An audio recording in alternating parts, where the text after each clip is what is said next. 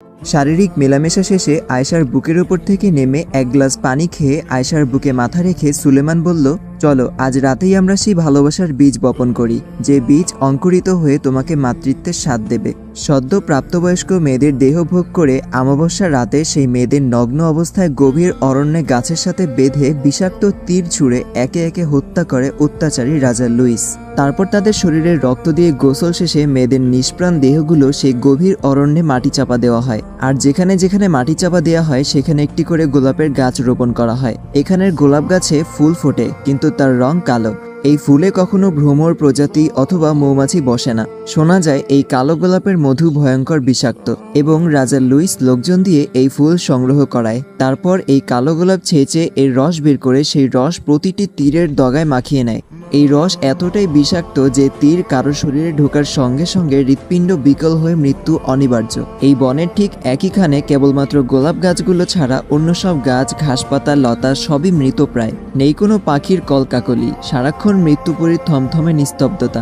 এখানকার প্রকৃতি যেন প্রাণ হারিয়েছে অনেক আগেই রাজা লুইসের নিষ্ঠুরতায়। পাশেই একটা আদি আমলের পুরনো ছোট ঘরের মতন, তার দেয়ালে শেওলা ও পরগাছা ঝুলছে। ওই ঘরেই নিষ্ঠুরভাবে সারারাত মেয়েদের দেহ ভোগ করে লুইস। পরপর 10 দিন 10টা মেয়ের দেহ ভোগ করে তারপর অমাবস্যা রাতে তাদের হত্যা করে। অমাবস্যা আসার ঠিক 10 দিন আগে থেকেই রাজ্যের বিভিন্ন এলাকা থেকে গায়েব হতে শুরু করে নবযৌবন্য মেয়েরা। তারা কোথায় যায় আজ পর্যন্ত কেউ জানতে পারেনি, এবং এই রহস্য ভেদ করা কারো পক্ষে সম্ভব হয়নি। হবেই বা কি করে? লুইসের এসব কর্মকাণ্ডে যারা জড়িত তারা সকলেই অত্যন্ত বিশ্বস্ত। আর কেউ ভুলেও যদি লুইসের সাথে বিশ্বাসঘাতকতা করে তাহলে তার ঘাড় থেকে মাথা আলাদা করা হবে, সেটা তারা ভালো করেই জানে। রাজা লুইস একজন অবদেবতার পূজারী। সেই অপদেবতাদের সন্তুষ্টির জন্য নবযৌবনা মেয়েদের রক্ত দিয়ে গোসল করে তাদের দেহ মৃত বনে মাটি চাপা দেয়। লুইসের রাজপ্রাসাদে এ যাবৎ কেউ আক্রমণ করে রক্ষা পায়নি। রাত বিরেতে কেউ লুইসের প্রাসাদে আক্রমণ করতে এলে সকালে তাদের ক্ষতবিক্ষত লাশ পড়ে থাকতে দেখা যায় প্রাসাদের আশেপাশে। শোনা যায় এসব নাকি ওই অপদেবতাদের কাজ, তারাই লুইসের রাজপ্রাসাদ রক্ষাকারী। রাজপ্রাসাদের উত্তরের দিকে ছোট্ট গ্রামের একজন কাঠুরিয়া হলো রহিম। বনে জঙ্গলে কাঠ কেটে সেগুলো বিক্রি করে জীবিকা নির্বাহ করেন। সেই সকালে বের হয়ে সারাদিন জঙ্গলে কাঠ কেটে সেগুলো আটি বেঁধে অল্প অল্প করে নিয়ে এসে গঞ্জের হাটে বিক্রি করে। অল্প স্বল্প যা রোজগার হয় তাই দিয়ে টেনে টুনে দিন চলে যায়। আজ কাঠের সন্ধানে ঘুরতে ঘুরতে জঙ্গলের অনেক গভীরে চলে যায়, এবং ফেরার সময় মৃত বনের পাশ দিয়ে আসার সময় কালো গোলাপ দেখে থমকে দাঁড়ায়। কিছুক্ষণ তাকিয়ে থেকে ধীরে ধীরে এগিয়ে এসে গাছ থেকে একটি কালো গোলাপ ছিঁড়ে হাতে নেয় রহিম। দেখতে দেখতে মেয়েটার বয়স 18 হয়ে গেল। আদরের সেই ছোট্ট মেয়ে আয়েশা আজ বড় হয়ে গেছে, কিন্তু বাবা হিসেবে মেয়েটির মুখে দুবেলা দুমুঠো অন্ন তুলে দেওয়া ছাড়া মেয়ের আর কোনো শখ আহ্লাদ পূরণ করতে পারেনি। দুধে আলতা গায়ের রং আয়েশার, দীঘল কালো চুল, চোখ দুটো মায়ার সাগর। সৃষ্টিকর্তা যেন রহিমের ঘরে মেয়ে হিসেবে স্বর্গের পরী পাঠিয়েছে। রহিম এই ভেবে কালো গোলাপ ছিঁড়ে হাতে নিয়েছে যে এটা নিয়ে গিয়ে আয়েশাকে দিলে অনেক খুশি হবে। কিন্তু অদ্ভুত ব্যাপার হলো চোখের পলকে একটা ভয়ঙ্কর কালো সাপ এসে ফনা তুলল। তাই দেখে রহিম ভয়ে দৌড়াতে শুরু করলো। সাপটাও পেছন পেছন রহিমকে তাড়া করছে। অনেক দূরে দৌড়ে আসার পর গাছের শেকড়ে পা আটকে পড়ে যায় রহিম। পা একটুখানি কেটেও যায়। গোলাপটা পায়ের কাছেই পড়েছিল, এবং কাটা জায়গা থেকে রক্ত বেরোনোর সাথে সাথেই কালো গোলাপ সেই রক্ত শুষে নেয়। সেটা রহিম খেয়াল করেনি। গোলাপটা তুলে হাতে নিয়ে রহিম খেয়াল করলো সাপটা নেই। গোলাপটা কাঁধে ঝুলানো। পুটলিতে ভরে ধীর পায়ে হেঁটে বন অতিক্রম করে লোকালয়ে আসলো রহিম। রহিম বাড়ির ভেতরে ঢোকা মাত্রই এক হাতে জগ, অন্য হাতে পানির গ্লাস হাতে নিয়ে হাসি মুখে উপস্থিত আয়েশা। ক্লান্ত মুখে হাসির রেখা ফুটিয়ে রহিম বলে, আমি আসলেই তুই কি করে টের পেয়ে যাস মা? তুই কি আমার ফেরার পথে চেয়ে বসে থাকিস? মিষ্টি হেসে আয়েশা বলল, সে পরে বলবো বাবা, আমি পানি ঢেলে দিচ্ছি, তুমি আগে হাত মুখ ধুয়ে নাও। হাত মুখ ধুয়ে সামনের খোলা বারান্দায় খুঁটির সাথে হেলান দিয়ে আরাম করে বসে খানিকটা বিশ্রাম নিয়ে ক্লান্তি দূর করার জন্য চোখ বন্ধ করে রইল রহিম। এদিকে উঠোনে আয়েশার পেছন পেছন ঘুরঘুর করছে তার পোষা প্রিয় ছাগল লক্ষ্মী।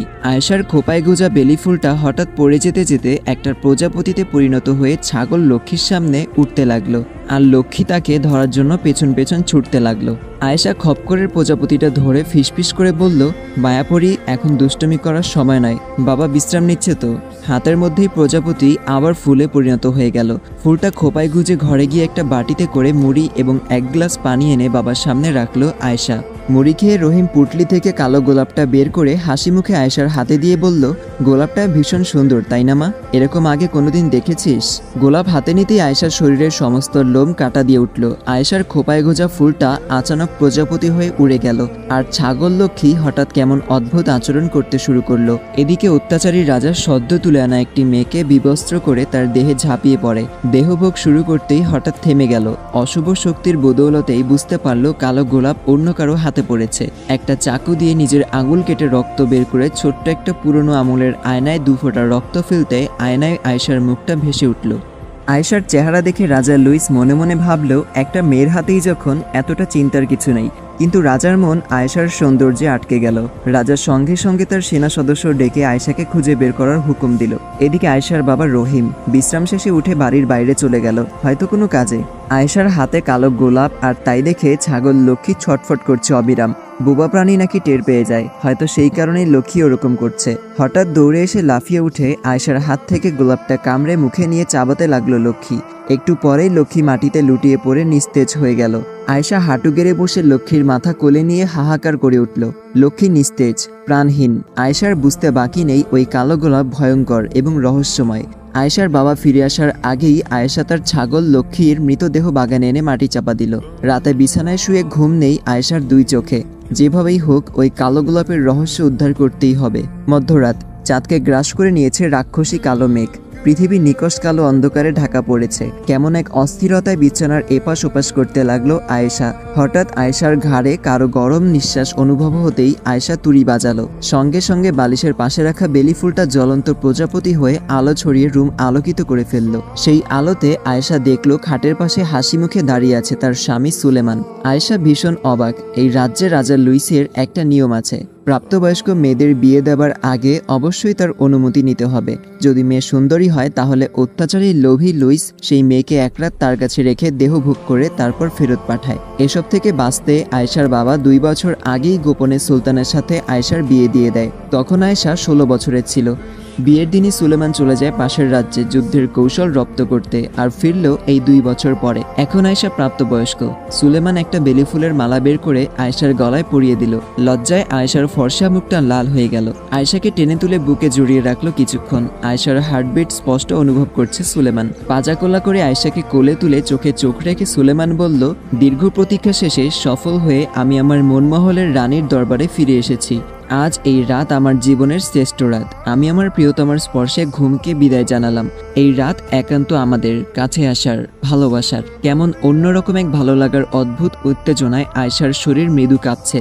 আয়েশাকে খাটে বসিয়ে পকেট থেকে একজোড়া রূপার নুপুর বের করে আয়েশার পায়ে পরিয়ে দিয়ে সুলেমান বলল, আমার সহধর্মিনী, তোমার তুলনা তুমি নিজে। আমি যত দেখি ততই ডুবি তোমার মায়াবী ওই 2 চোখে। বিছানায় আশেপাশে পাশাপাশি শুয়ে আয়েশাকে কাছে টেনে বুকে জড়িয়ে ধরে আয়েশার ঠোঁটে চুমু খেতে লাগলো সুলেমান। কেমন এক ভালো লাগা ও আনন্দ খেলে যাচ্ছে আয়েশার শরীরে, নিজেকে নিয়ন্ত্রণে রাখা অসম্ভব। সুলেমান ধীরে ধীরে আয়েশার ঠোঁটে, কপালে, গলায়, বুকে ঠোঁটের স্পর্শে ভালোবাসার আবেশ ছড়িয়ে দিচ্ছে। আর আয়েশা পাগলের মতো সেই আবেশ উপভোগ করতে করতে নিজেকে সুলেমানের কাছে পুরোপুরি উন্মুক্ত করে দিচ্ছে। সুলেমান আলতো করে হাত বুলাতে লাগলো আয়েশার স্পর্শকাতর স্থানে। আদরে আদরে দুজনেই দুজনকে পুরোপুরি পাবার নেশায় উন্মাদ। সুলেমান ধীরে ধীরে আয়েশার শরীরের খুলতে লাগলো। আয়েশা আবার তুড়ি বাজাতেই জ্বলন্ত প্রজাতি ফুলে পরিণত হলো। আলো নিভে গেল। তারপর আয়েশা ও সুলেমান দুজন একান্ত সুখের ভুবনে হারাতে লাগলো। সামনের আমাবস্যা প্রায় সন্নিকটে। রাজা লুইস তার লোকজন ডেকে হুকুম দিলেন 2-1 দিনের ভেতরেই যেন 10 জন যুবতী মেয়েকে এনে রাখা হয় এবং তাদের মধ্যে যেন অবশ্যই আয়েশা মেয়েটা থাকে। রাজার হুকুম পাওয়া মাত্রই সৈন্যরা বড় বড় মহিষ জবাই করে বিশাল বিশাল পাতিলে বিরিয়ানির রান্না শুরু করে দিল। এই বিরিয়ানি এই কারণে যে রাজা লুইস তার রাজ্যের বিভিন্ন অঞ্চলে গরিব প্রজাদের জন্য খাবার পাঠায়, কিন্তু এই খাবারের রহস্য কেউ জানে না। জানলে আর কেউ এই খাবার খেতই না। যে অঞ্চলে এই খাবার দেওয়া হয় সেই অঞ্চলের প্রতিটি বাড়ি বাড়ি খাবার পৌঁছে দিতে গিয়ে রাজার বিশেষ কিছু সৈন্যরা দেখে আসে কোন বাড়িতে সুন্দরী যুবতী মেয়ে আছে। পরে গিয়ে সেই বাড়ি থেকে সেই মেয়েদের তুলে আনে রাতের আধারে। এদিকে প্রজারা ভাবে মৃতবনে আস্তানা গেড়ে থাকা ডাকাতরাই মেয়েদের তুলে নেয়। গরিব প্রজাদের খাবার দেবার কারণে রাজাকে সবাই ভালোবাসে, তাই তাকে কখনো কেউ সন্দেহ করেনি। আর প্রজাদের এই সরল ভালোবাসা আর বিশ্বাসের সুযোগ নিয়ে দিনের পর দিন তাদের ঠকিয়ে যাচ্ছে বিশ্বাসঘাতক রাজা লুইস। সন্তান হারানো এতগুলো পরিবারের হাহাকার এবং চোখের পানি রাজা লুইসের পতনের কারণ হয়ে দাঁড়াবে সেটা সে নিজেও কল্পনা করতে পারেনি। গত মাসে যখন পাশের অঞ্চল থেকে মেয়েগুলো গায়েব হলো, আয়েশার মনে তখন একটা সন্দেহের দানা বেঁধেছিল। যখনই যে অঞ্চলে রাজা খাবার পাঠায় তখনই সেই অঞ্চলের কিছু মেয়ে গায়েব হয়। এর পেছনে রাজার কোনো হাত নেই তো? এতদিন এই সন্দেহের কথা কাউকে বলেনি আয়েশা, এখন ভাবছে সুলেমানকে বলবে কিনা।